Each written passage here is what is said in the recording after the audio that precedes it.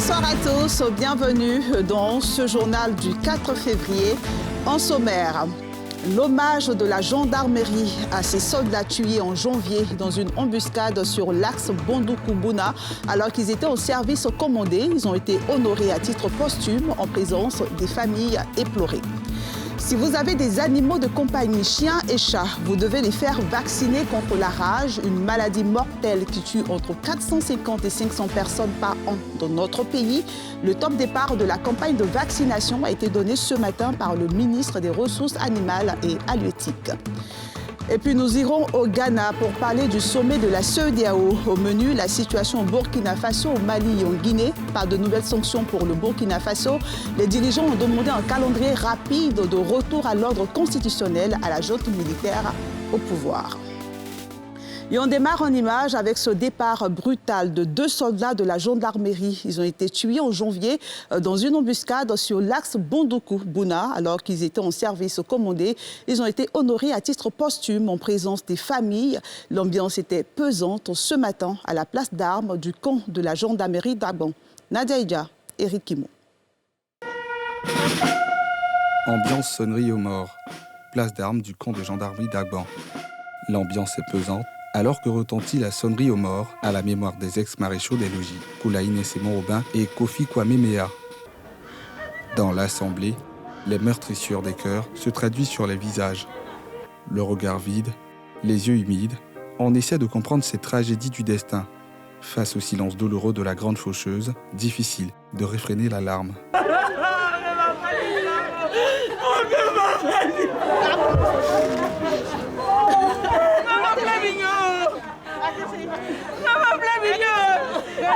Respectivement, en service aux escadrons de gendarmerie mobile de Bandoukou et de Touba, ces forces de l'ordre sont tombées au cours de l'exercice de leurs fonctions, les 14 et 16 janvier dernier. Un sacrifice suprême reconnu par la nation au travers des décorations posthumes. Ex-MDL Koulaïne Sémon, ex-MDL Kofi Mea. Vos vies n'ont certes pas été longues en termes d'années, mais elles ont été de qualité. Car vous êtes sacrifiés pour votre patrie. Allez en paix dans la satisfaction du devoir accompli jusqu'au sacrifice suprême. Allez en paix avec l'assurance que cette mission sacrée de protection des personnes et des biens, qui est la nôtre, ne sera jamais fourvoyée, ne sera jamais dévoyée. Selon le commandant supérieur de la gendarmerie, justice sera rendue à ses frères d'armes, lâchement arrachés à la vie. 4 ont déjà été arrêtés. C'est l'occasion pour moi ici, au nom de son Excellence, Monsieur le Président de la République, au nom du ministre d'État, ministre de la Défense, de féliciter et encourager nos collègues, les gendarmes qui risquent tant sur le terrain, mais avec dévouement continuent leur mission. Je félicite ceux qui ont procédé à ces arrestations. J'encourage les recherches et nous sommes convaincus, nous mettrons la main sur ces assassins, vifs ou morts. Le départ brutal de ces 2 soldats est pour la grande famille de la gendarmerie, mais encore plus pour leurs proches qui ne s'habitueront sans doute jamais à l'idée de se voir arracher aussi brutalement des êtres chers. La rage peut être évitée par des gestes simples comme nourrir convenablement les animaux domestiques, les faire vacciner. C'est le message du ministère des Ressources animales et halieutiques. La rage est une maladie mortelle. En moyenne, 450 personnes en meurent chaque année dans notre pays. Le ministre Sidi Tiemoko Touré a lancé la campagne de vaccination contre la rage ce matin. Le reportage de Mardo Chekwasi et d'Aruna Ziba. Groupe scolaire à Noumabo. Dans la commune de Marcory, 10 h du matin. Les élèves et enseignants de cet établissement reçoivent ce jour un hôte de marque pour les sensibiliser contre la rage. Il s'agit du ministre Sidi Tiemoko Touré, venu dans ce village pour procéder au lancement de la campagne de sensibilisation et de vaccination contre la rage dans le district d'Abidjan. Quand vous êtes mordu, quand vous êtes griffé, et même quand un chien vous lèche une plaie que vous avez, vous risquez d'attraper une maladie. Et cette maladie s'appelle la rage. Et on meurt très vite.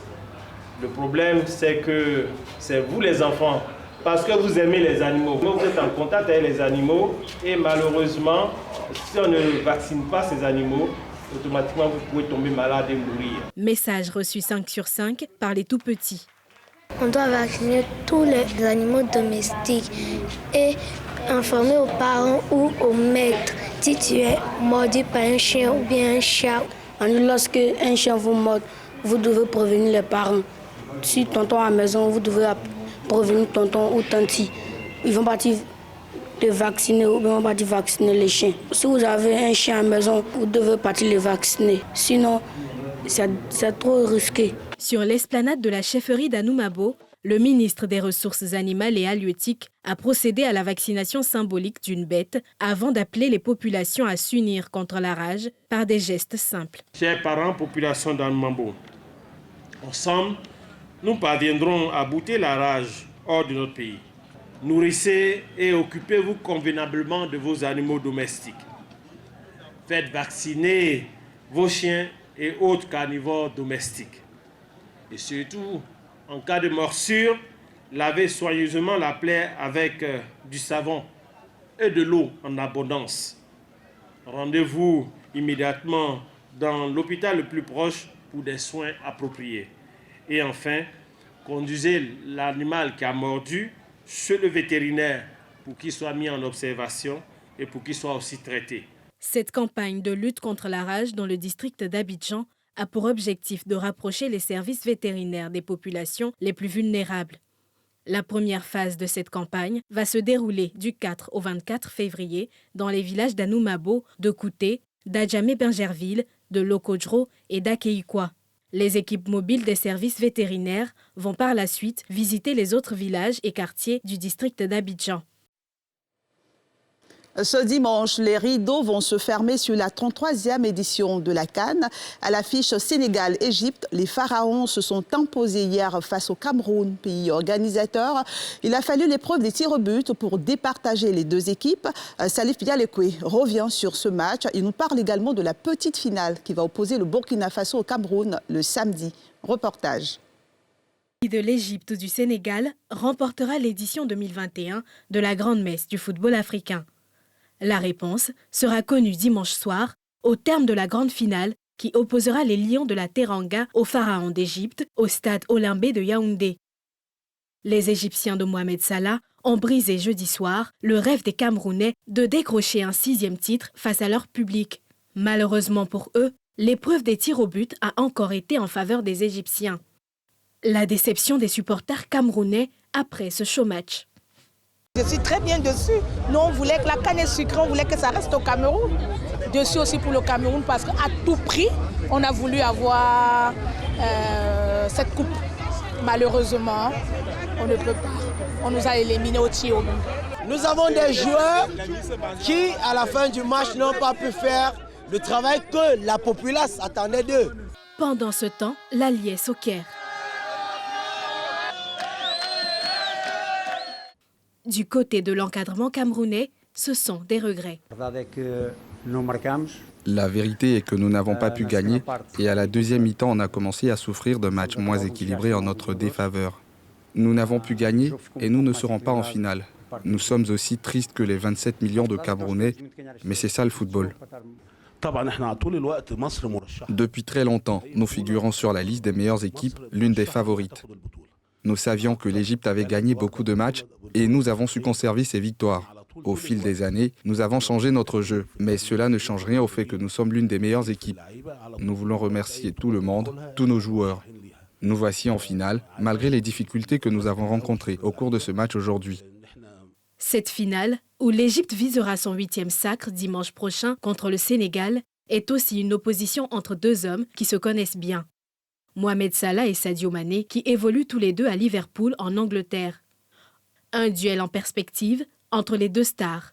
Avant cette finale, samedi soir, au stade Amadou Ahidjo Yaoundé, le Cameroun tentera de sauver l'honneur dans le match de classement appelé encore petite finale à travers une 3e place face au Burkina qui n'a pas encore dit son dernier mot dans cette compétition. Comme annoncé en sommaire, les dirigeants de la CEDEAO étaient réunis hier au Ghana pour évoquer la situation politique au Burkina Faso, au Mali et en Guinée. En ce qui concerne le Burkina, les chefs d'État ont demandé à la junte de proposer très rapidement le calendrier de retour à l'ordre constitutionnel. Ils n'ont pris aucune nouvelle sanction en dehors de la suspension du pays des instances de la CEDEAO. Pierre Dipomela. Les chefs d'État ouest-africains se sont inquiétés de la résurgence des coups d'État dans la sous-région. Pour le cas récent du Burkina Faso, ils ont demandé l'élaboration rapide d'un chronogramme raisonnable pour le retour à l'ordre constitutionnel dans le pays.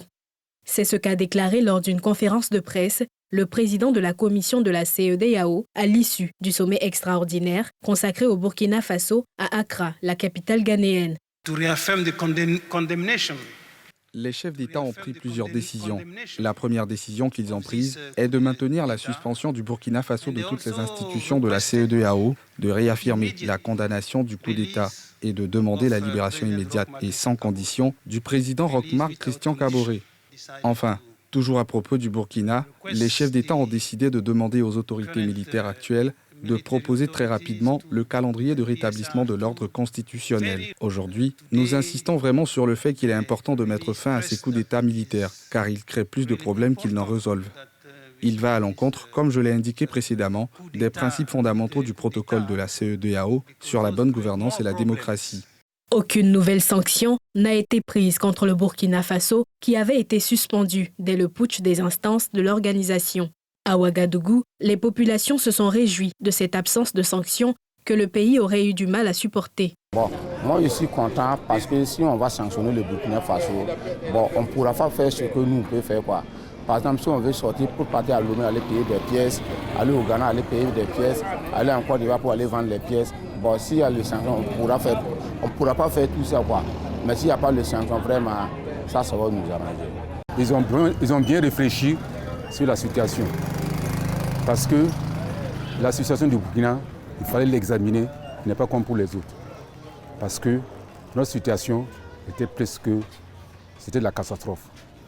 Et si aujourd'hui, les militaires ont bien voulu prendre le pouvoir, et si cela peut ramener le calme, on ne peut que souhaiter bon vent. Si on prend côté agriculture, le pays a quand même... la saison n'a pas été très bonne d'ailleurs pour notre pays. Et le pays dépend. Le pays est dépendant de presque les pays frères. Et si on doit fermer par exemple les frontières, si on doit certainement avoir des restrictions, je pense que déjà ça va beaucoup mettre le pays à genoux. L'organisation régionale a en revanche décidé de maintenir ses sanctions contre le Mali et la Guinée, deux pays où des militaires ont également pris le pouvoir par la force en 2020 et 2021. Le président ghanéen, Nana Akufo-Addo, en ouvrant le sommet, a appelé ses pairs à rester fermes pour élever les défis de paix et de sécurité auxquels la région est confrontée. Les pays de la CEDEAO, vous le savez, ont fermé leurs frontières avec le Mali suite aux sanctions prises par l'institution. Et cela n'est pas sans conséquence pour le pays. Les cotonculteurs s'inquiètent, ils sont dans l'angoisse. La campagne de coton s'annonce difficile cette année alors qu'ils s'attendaient à une campagne juteuse. Nadia Idja. 820 000 tonnes de coton à produire pour cette campagne contre 147 000 l'an dernier. Ce sont les perspectives de la filière coton au Mali. Si l'ambition est réalisable, le ciel semble s'assombrir pour les producteurs maliens de l'or blanc en raison de l'embargo imposé au pays par la communauté économique des États de l'Afrique de l'Ouest. Les sanctions nous amènent beaucoup de difficultés parce que seulement 2% du coton est transformé au Mali, tout le reste est exporté. Si nous sanctionnent, comment allons-nous faire pour vendre notre coton à l'extérieur ? Que faire de toute cette production alors que sont interdites les exportations? Une question préoccupante quand on sait le poids du coton dans l'économie du Mali. Il y a 4 millions de personnes qui travaillent actuellement dans la filière coton. Et le coton représente 15% du PIB national. Il y a plus de 400 milliards de francs CFA qui tournent généralement dans la filière coton. Il y a une très bonne campagne. Le Mali est l'un des premiers pays africains producteurs de coton. Pour cette campagne, seulement un tiers de la production a pu être exporté avant la fermeture des frontières. C'était le journal de la rédaction de NCI. Merci de l'avoir suivi. Dimanche à 20h05, vous retrouverez Lydia Rassouba dans NCI 360. Un très bon programme sur la nouvelle chaîne ivoirienne et surtout, prenez soin de vous.